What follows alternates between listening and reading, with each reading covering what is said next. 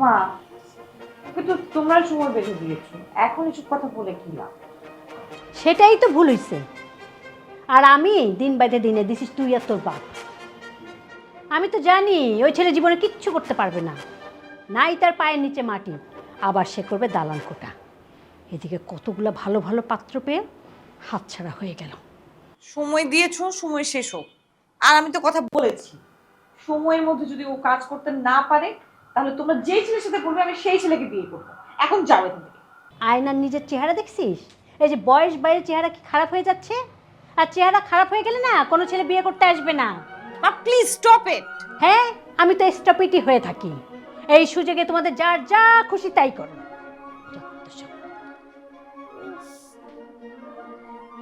বাজে একটা মুড করে দিল, দেখলি কতগুলো কথা শোনালো।